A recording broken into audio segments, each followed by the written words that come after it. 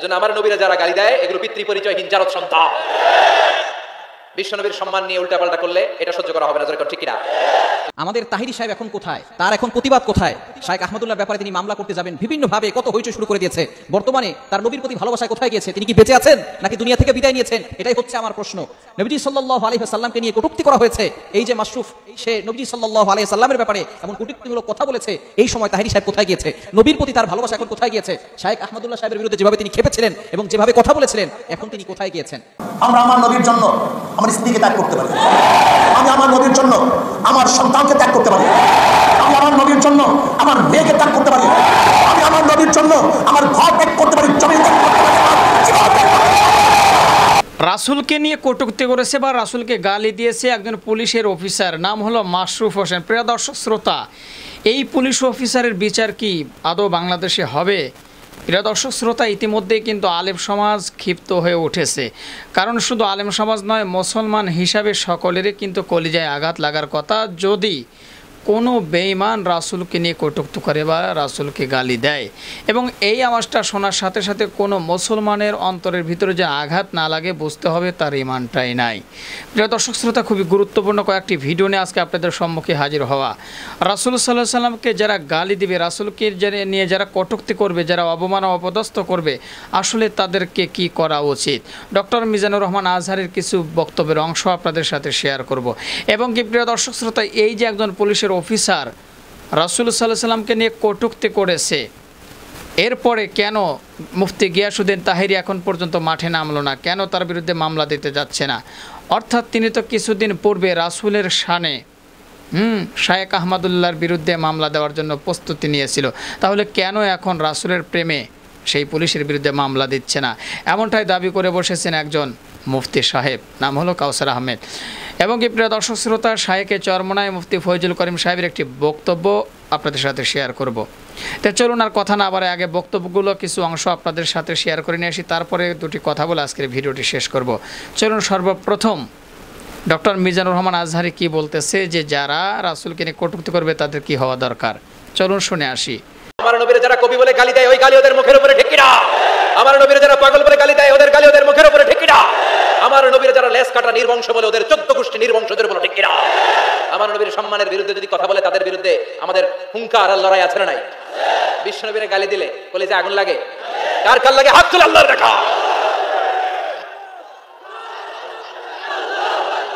এজন্য আমার নবীরা যারা গালি দেয় এগুলো পিতৃ পরিচয়হীন জারদ সন্তান। বিশ্ব নবীর সম্মান নিয়ে উল্টাপাল্টা করলে এটা সহ্য করা হবে না, ঠিক কিনা? তুমি আমারে গালি দাও, আমি মেনে নিব।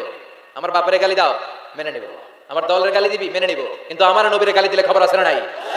আমার নবীর দিকে, আমার নবীর সম্মানের দিকে বা হাত তুললে ওই বা হাত কেমন করে ভেঙে দিতে হয় সেটাও আমাদের জানা আছে, ঠিক কিনা? বিশ্ব নবীর সম্মান ইটস অ্যান আনপ্যারালাল ইস্যু। এই ইস্যুতে হেফাজত নাই, এই ইস্যুতে জামাত নাই, এই ইস্যুতে চরমনাই নাই, এই ইস্যুতে সরসিনা নাই, এই ইস্যুতে তাবলীগ নাই, আওয়ামী লীগ নাই, জামাত নাই। 17 কোটি মানুষ এক প্ল্যাটফর্মে দাঁড়িয়ে যায়, চিল্লায় বলেন ঠিক কিনা? কারণ এই নবীর সুপারিশ ছাড়া আমি আপনি জান্নাতে যেতে পারবো না, ঠিক কিনা? এজন্য নবীর ভালোবাসা, নবীর প্রতি মহব্বত অন্তরে থাকার দরকার আছে না নাই? প্রিয় দর্শক শ্রোতা, তার কথাগুলো আপনারা শুনলেন। মূলত পক্ষে মুসলমান সবকিছু সহ্য করতে পারলেও নবীজি সাল্লাল্লাহু আলাইহি সাল্লামের অবমাননা অপদস্থ এটা কোনো সময় মুসলমান সহ্য করতে পারে না।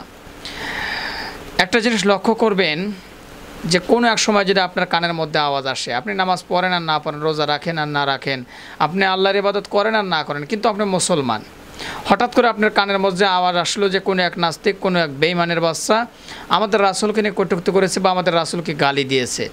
দেখবেন এমনিতেই এই কথা শোনার সাথে সাথে আপনার গায়ের লোমগুলো দাঁড়িয়ে যাবে, আপনার শরীরের রক্তগুলো টকবক করতে থাকবে এবং কি আপনার ভিতরে একটা হিংস্র মানব জেগে উঠবে। কেন?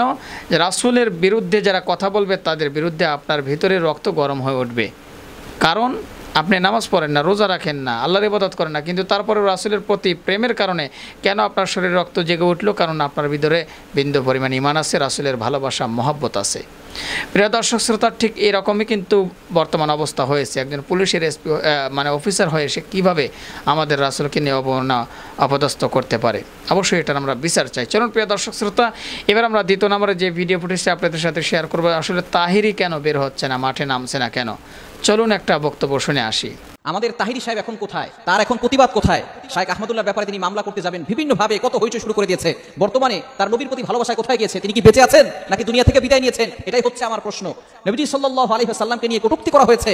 এই যে মাশরুফ, সে নবীজি সাল্লাল্লাহু আলাইহি ওয়াসাল্লামের ব্যাপারে এমন কটূক্তিমূলক কথা বলেছে। এই সময় তাহিরি সাহেব কোথায় গিয়েছে? নবীর প্রতি তার ভালোবাসা এখন কোথায় গিয়েছে? শাইখ আহমদুল্লাহ সাহেবের বিরুদ্ধে যেভাবে তিনি খেপেছিলেন এবং যেভাবে কথা বলেছিলেন, এখন তিনি কোথায় গিয়েছেন? এখন তার মামলা কোথায় গিয়েছে? নবীজি সাল্লাল্লাহু আলাইহি সাল্লামের প্রতি ভালোবাসা দেখাতে হয়, মানুষের সামনে দেখায়, অরিজিনালি তারা ভালোবাসে কিনা এটাই হচ্ছে এখন প্রমাণ করার সময়। নবীজি সাল্লাল্লাহু আলাইহি সাল্লামকে ভালোবাসতে গিয়ে তিনি শাইখ আহমদুল্লাহর বিরুদ্ধে কত কথা বলেছেন, কত ভাবে তিনি ক্ষিপ্ত হয়েছেন, সমস্ত আলেমের ব্যাপারে উল্টাপাল্টা কথা বলেছেন। এখন যারা নবীজির ব্যাপারে উল্টাপাল্টা কথা বলছে তারা এখন কোথায় গিয়েছে? এখন তাদের প্রতিবাদ কোথায়? এখন তাদের নামে মামলা করা হচ্ছে না কেন? এজন্য অবশ্যই আমাদের এই বিষয়গুলো খেয়াল রাখা দরকার। নবীজির প্রতি ভালোবাসা আমাদেরকে রাখতে হবে। বুখারী শরীফের ভিতরে নবীজি সাল্লাল্লাহু আলাইহি সাল্লামের চমৎকার হাদিস রয়েছে। নবী সাল্লাল্লাহু আলাইহি ওয়াসাল্লাম জানিয়ে দিয়েছেন, লা ইউমিনু আহাদুকুম হাত্তা আকুনা আহাব্বা ইলাইহি মিন ওয়ালিদিহি ওয়া ওয়ালাদিহি ওয়ান নাসি আজমাইন। বুখারী শরীফের 14 নম্বর হাদিস। নবীজি সাল্লাল্লাহু আলাইহি ওয়াসাল্লাম জানিয়ে দিয়েছেন, তোমরা ততক্ষণ পর্যন্ত তোমাদের ভিতরে কেউ মুমিন হতে পারবে না যতক্ষণ পর্যন্ত ব্যক্তি তার পিতামাতা, তার ভাই বোন, তার সবকিছু থেকে আমি নবীকে বেশি ভালো না বাসবে। এজন্য অবশ্যই এখন আমাদের প্রতিবাদ করা দরকার। বিভিন্ন সময় দেখবেন আমাদের দুইটি জিনিস নিয়ে তারা মুসলমানদেরকে উস্কে দেওয়ার চেষ্টা করে, বিশেষ করে এক নম্বর হচ্ছে কোরআন। কোরআনকে অনেক সময় পুড়িয়ে দেওয়ার চেষ্টা করে এবং তারা মনে করে কোরআন পুড়িয়ে দিলে মনে হয় কোরআন আর পৃথিবীতে থাকবে না। অবশ্যই আমাদেরকে স্মরণ রাখতে হবে, এই কোরআনকে আল্লাহ পাক রব্বুল আলামিন নিজে নাজিল করে দিয়েছেন এবং কোরআন আল্লাহ তাআলা নিজে হেফাজত করবেন। আল্লাহ পাক রব্বুল আলামিন নিজে বলে দিয়েছেন 14 নম্বর পারা 1 নম্বর পৃষ্ঠার 8 নম্বর লাইন, সূরাতুল হিজরের 9 নম্বর আয়াতে আল্লাহ পাক রব্বুল আলামিন বলছেন, ইন্না নাহনু নাযালনা যিকরা ওয়া ইন্না লাহু লাহাফিজুন। I have sent down the holy Quran, I am Allah. I will take care of the holy Quran, I am Allah. এই কোরআন নাজিল করেছি আমি আল্লাহ, এই কোরআন হেফাজত করব আমি আল্লাহ। এই কোরআনকে পুড়িয়ে কোরআনকে পৃথিবী থেকে বিদায় করা যাবে না। আল্লাহ পাক রব্বুল আলামিন যুগে যুগে লক্ষ লক্ষ কোটি কোটি হাফেজ তৈরি করেছেন। আল্লাহ পাক রব্বুল আলামিন হাফেজদের অন্তরের ভিতরে, সিনার ভিতরে কোরআনটাকে রক্ষণবেক্ষণ করে রেখে দিয়েছেন। কিছুদিন পূর্বে কিন্তু মুফতি গিয়াসউদ্দিন তাহেরি অর্থাৎ আহলে সুন্নাত আল জামাত তারা মনে করে, অর্থাৎ এক কথায় বলতে গেলে যে সুন্নি বক্তা যারা আছে বা সুন্নিয়াতের আকিদা যারা পোষণ করে, তো মুফতি গিয়াসউদ্দিন তাহেরি কিন্তু নবীজির শানে শাইখ আহমদুল্লাহর বিরুদ্ধে কঠিন অ্যাকশন নিয়েছিল এবং তার বিরুদ্ধে মামলা করার কথাও কিন্তু বলেছিল এবং আলটিমেটাম দিয়েছিল। 48 ঘন্টা নাকি 24 ঘন্টার আলটিমেটামও দিয়েছিল শাইখ আহমদুল্লাহকে। তো এখন প্রশ্ন ছুড়ে দিয়েছে যে এখন তাহেরি আসলে কোথায়? প্রিয় দর্শক শ্রোতা, সেটা হয়তো আপনারা শুনলেন। তো এবার আমরা আরও একটি ভিডিও ফুটেজ আপনাদের সাথে শেয়ার করব, সেটি শেয়ার করার পরেই কিন্তু আজকের ভিডিওটি শেষ করব। চলুন এই বিষয়টি নিয়ে শাইখ চরমনায় মুফতি ফজলুল করিম সাহেব কি বলতেছে শুনে আসি। আমরা আমার নবীর জন্য আমার স্ত্রীকে ত্যাগ করতে পারি, আমি আমার নবীর জন্য আমার সন্তানকে ত্যাগ করতে পারি, আমি আমার নবীর জন্য আমার মেয়েকে ত্যাগ করতে পারি, আমি আমার নবীর জন্য আমার ঘর ত্যাগ করতে পারি, জমি ত্যাগ করতে পারি, এই মানব তোমরা জানো আমার নবীকে, তোমাদের খবর নাই জনাব মুহাম্মদ রাসূলুল্লাহ সাল্লাল্লাহু আলাইহি ওয়াসাল্লাম জাদুর উপরে যদি আঙ্গুল তুলো, ওই আঙ্গুল জাকামত রাখা হবে না। আমার নবীর চরিত্র চক্ষু তুলো, ওই চক্ষু শরীর থেকে বের করে দেওয়া হবে। যেই শিবকা দিয়ে আমার নবীর উপরে কটূক্তি করা হয়েছে, ওই জিহ্বা ছিঁড়ে ফেলা হবে ইনশাআল্লাহ। বুখারীর মধ্যে রওয়ায়াত আছে, আব্দুল্লাহ ইবনে ওমর রাদিয়াল্লাহু আনহু রওয়ায়াত আছে, রাবী বলেন একটা আঘাত পিছনে ছিল না, সমস্ত আঘাত সামনে ছিল, সামনে ছিল। মুসলমান সামনে যেতে পারে, পিছনে উঠতে পারে না। মুসলমানের বুলেট বুকে লাগে, পিছনে লাগে না। মুসলমান লড়াই করে জমিনে ময়দানে শাহাদাত বরণ করে,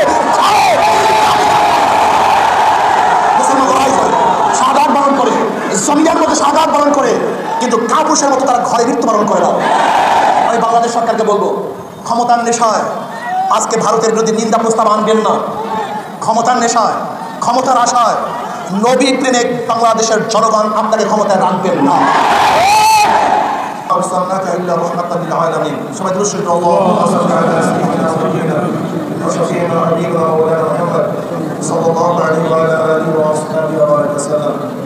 ইসলামী আন্দোলন বাংলাদেশ কর্তৃক আয়োজিত আজকে মিশন স্তরে এই সমাবেশের সম্মানিত সভাপতি দিগার ওলামায়ে কেরাম, সর্বস্তরের জনগণ ভাইয়েরা আমার, আমরা কেন এখানে এসেছি? আমাদের কেউ টাকা দিয়ে আনে নাই, রিক্সা ভাড়া গাড়ি ভাড়াও দেয় নেই। এই প্রচণ্ড রৌদ্রের মধ্যে আমাদেরকে থাকার জন্য কেউ বাধ্যও করে নেই। আপনারা দেখেছেন অনেক ভাই ইতিমধ্যে অসুস্থ হয়ে পড়ছেন, আপনারা দেখেছেন তাদেরকে নিয়ে যাওয়া হচ্ছে।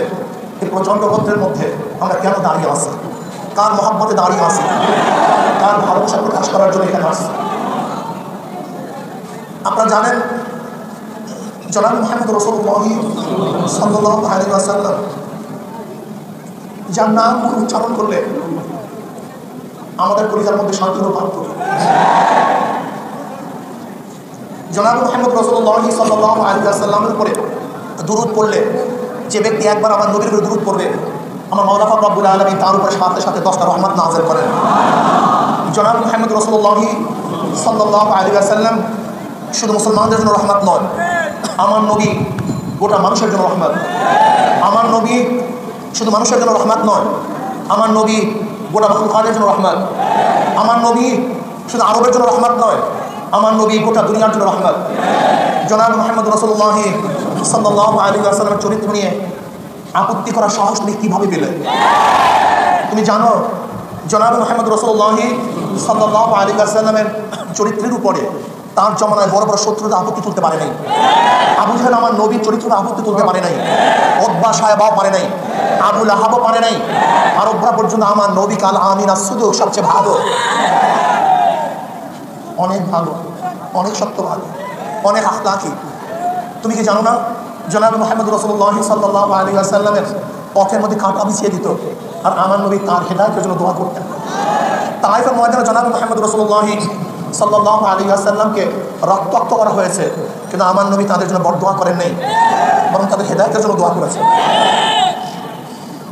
জনাব মুহাম্মদ রাসূলুল্লাহ সাল্লাল্লাহু আলাইহি ওয়াসাল্লাম।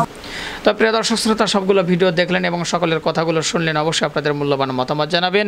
সর্বশেষে একটা কথাই বলতে চাই, আমরা রাসূলকে ভালোবাসি, আমরা নবীকে ভালোবাসি নিজের বাবার চেয়ে, নিজের মায়ের চেয়ে, নিজের কলিজার টুকরা সন্তানের চেয়ে, এবং কি আমাদের সব কিছু ছাড়তে রাজি আছি, আমাদের রাসূলের ভালোবাসা মহব্বত ছাড়তে আমরা রাজি নয়।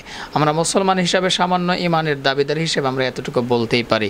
তো আমরা বলবো, নাস্তিক বেঈমান তোমরা যারাই আসো তোমরা রাসূলকে নিয়ে কটূক্তি করার আগে 100 বার ভাববা। কারণ তোমরা যদি রাসূলকে না মানো, রাসূলের বিষয়ে ভালো না লাগলো তুমি নাস্তিক হয়ে যাও, তুমি বেঈমান হয়ে যাও, তুমি জাহান্নামী হয়ে যাও, এটা তোমার ব্যক্তিগত ব্যাপার, সেটা কোনো সময় মুসলমানের সম্মুখে প্রকাশ করতে এসো না। ফেসবুক, ইউটিউব, সোশ্যাল মিডিয়া এবং কি পত্রিকায় এবং কি মাইক দিয়ে এবং কি কোনো মুসলমানের সামনে এসে এটা প্রকাশ করতে এসো না। জুতা পেটা খেয়ে কিন্তু বাংলাদেশের জমিন থেকে অন্য দেশে তোমাকে ট্রান্সফার করা হবে। হ্যাঁ, তো যাই হোক প্রিয় দর্শক শ্রোতা, ভিডিওগুলো নিয়ে আপনাদের কোনো মতামত থাকলে অবশ্যই সেটা কমেন্ট বক্সে জানাবেন, আর পারলে ভিডিওটি শেয়ার করে দেবেন। আর আমাদের এই চ্যানেলে নতুন হলে অবশ্যই সাবস্ক্রাইব করে দেবেন। যারা ইতিমধ্যে সাবস্ক্রাইব করে দিয়েছেন সবাইকে অসংখ্য ধন্যবাদ জানিয়ে ভিডিওটি এখানে শেষ করছি। যাবার আগে আবারও বলছি, কারা কারা নবীকে ভালোবাসেন একটু কমেন্ট বক্সে লিখে দেবেন। ভালো থাকবেন সবাই, আল্লাহ হাফেজ।